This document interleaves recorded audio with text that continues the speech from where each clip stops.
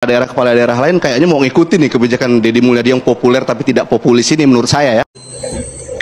Ya bagus lah kalau kepala daerah lain mau ngikutin Bapak Aing daripada ngikutin Bapak ini. Belum tahu hasil udah nyentil, kan lagi proses malah protes. Terus dibilang jangan-jangan anak-anak ini dijadikan objek percobaan. Jangan-jangan Bapak ini dijadikan objek untuk protes kepada kebijakan-kebijakan Bapak Aing. Ayo liuran.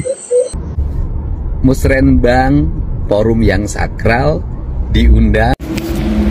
Jangan bimbang Pak Gubernur, saya mah rakyat di belakang Pak Gubernur.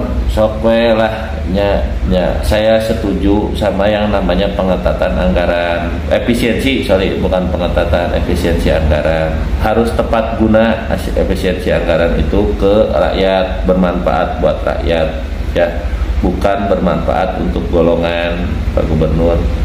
Ya, saya udah bosan lihat pejabat-pejabat yang begitu.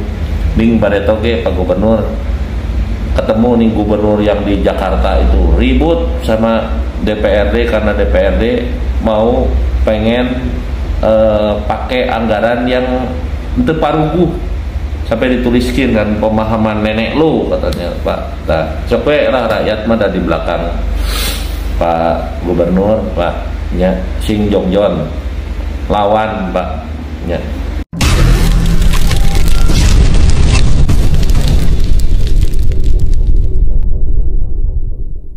Gubernur Jawa Barat Kang Deddy Mulyadi bisa dibilang memiliki personal branding terbaik di Indonesia untuk kalangan politisi saat ini.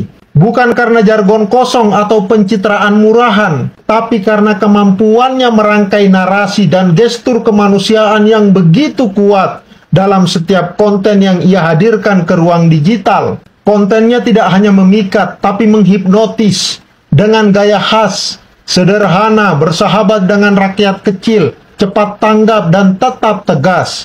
Kang Deddy tampil sebagai pemimpin yang seharusnya, sosok yang terasa hadir bahkan ketika warganya hanya menyaksikan dari layar ponsel.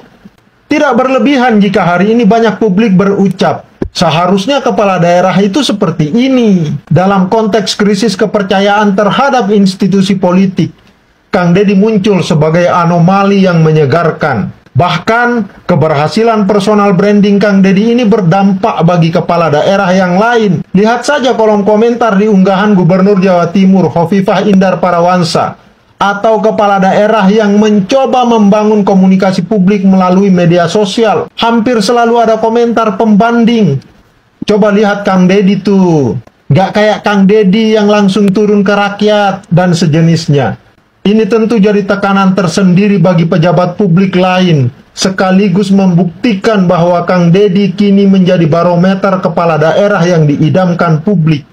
Tapi justru di puncak kekaguman itulah kita perlu meletakkan tanda baca. Namun, nah ini kan yang kalian tunggu-tunggu. Namun, ada satu celah rapuh dalam konstruksi personal branding Kang Deddy yang patut diperhatikan.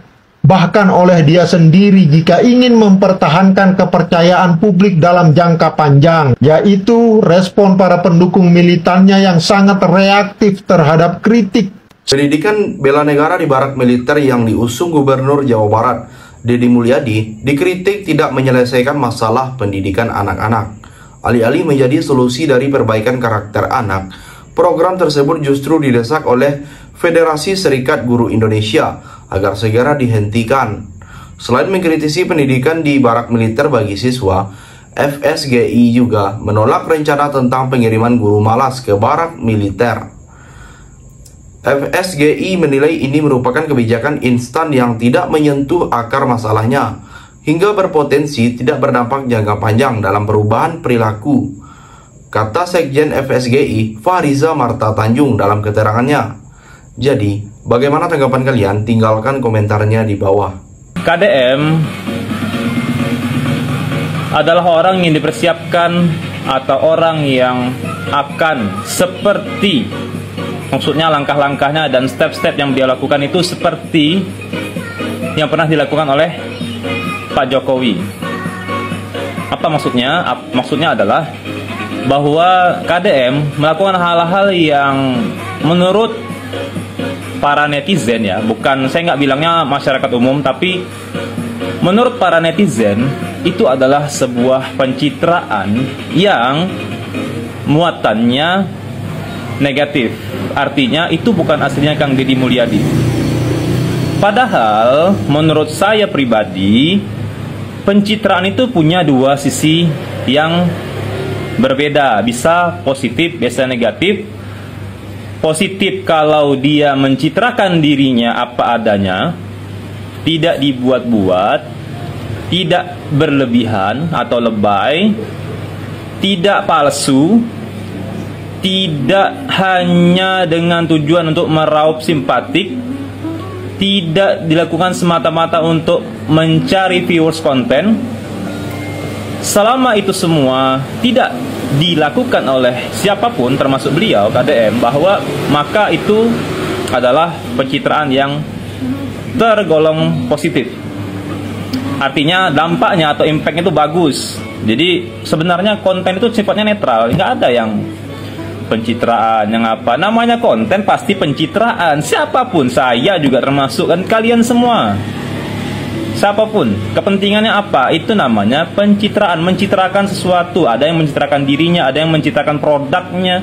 Produk saya bagus, ini, kelebihan ini. Itu namanya mencitrakan.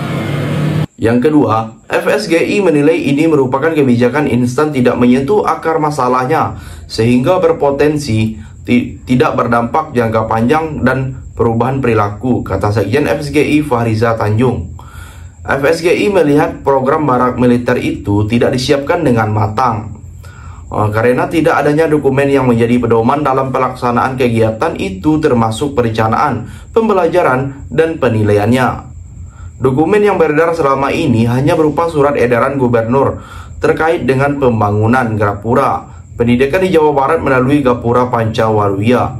Selain itu, juga tidak pernah dijelaskan kepada publik mengenai rencana kurikulum dari program tersebut. Jadi, bagaimana pendapat kalian? Silahkan tulis komentarnya di bawah. Intinya adalah justru untuk memberikan pendidikan pada nasionalisme. Warga, gimana? Masih ada yang mau kontrak-kontrak terhadap programnya Pak Deddy Mulyadi tentang barak militer? Kagak bosan-bosan gua ngebahas ini, biar pada melek. Nih, Kak Seto aja setelah dia terjun langsung ke barak militer, melihat langsung, dia bilang apa? Bagus, tidak ada pelanggaran HAM. Dan di video yang gue stitch ini juga, Kak Seto udah menjelaskan detail banget di sana tuh seperti apa. Jadi buat yang penasaran, lanjut aja tuh nonton di Rumpi No Script. Intinya di sana tuh anak-anak dididik untuk lebih jiwanya itu mencintai, lebih nasionalisme lah, gitulah intinya mah begitu ya. Nah, buat si bapak yang memiliki jenggot tipis, kumis tipis, menggunakan topi ceper dan baju batik, yang menjembreng-jembreng surat pelaporan terkait Pak Deddy Mulyadi dilaporkan ke Komnas HAM, gue saranin lu sono nonton video yang diupload oleh akun TikTok Kompas TV. Video yang terkait respon Deddy Mulyadi terkait dilaporkan dirinya oleh orang tua murid karena tidak setuju dengan adanya barak militer. Nah, lu tonton tuh video itu. Nih gua kasih kisi-kisinya, Pak. Lu diajak sama Pak Deddy Mulyadi, ayo datang ke Dinas Pendidikan Provinsi. Kalau memang memiliki program atau saran terkait mengatasi kenakalan anak remaja, dan sama Pak Deddy juga, lu kalau emang mau demi kebaikan anak-anak remaja ini, diajak juga untuk menampung anak-anak yang lagi ngantri di belakang yang udah daftar. Yang terakhir, tidak adanya kurikulum, silabus maupun modul ajar dalam kegiatan ini menimbulkan kekhawatiran bahwa siswa-siswa ini hanya akan jadi kelinci percobaan. Idealnya, dalam sebuah proses pendidikan dilakukan dengan usaha yang sadar dan terencana, kata Fahriza. Dia menekankan kalau setiap program pendidikan harus memiliki tujuan yang sangat jelas, sehingga kurikulum yang disusun pun sinkron dengan tujuannya, serta adanya silabus dan modul ajar. Semua itu perlu disiapkan agar kemudian hari bisa dilakukan evaluasi untuk mengukur tercapainya suatu tujuan. Lebih lanjut, Fahriza menyebutkan bahwa kegiatan barak militer tersebut tidak memiliki perencanaan aksi yang sangat jelas. Jadi, sampai di sini bagaimana tanggapan kalian? Tinggalkan komentar di bawah sebanyak-banyaknya. Saya dari channel YouTube Segudang TV, pamit. Sampai jumpa.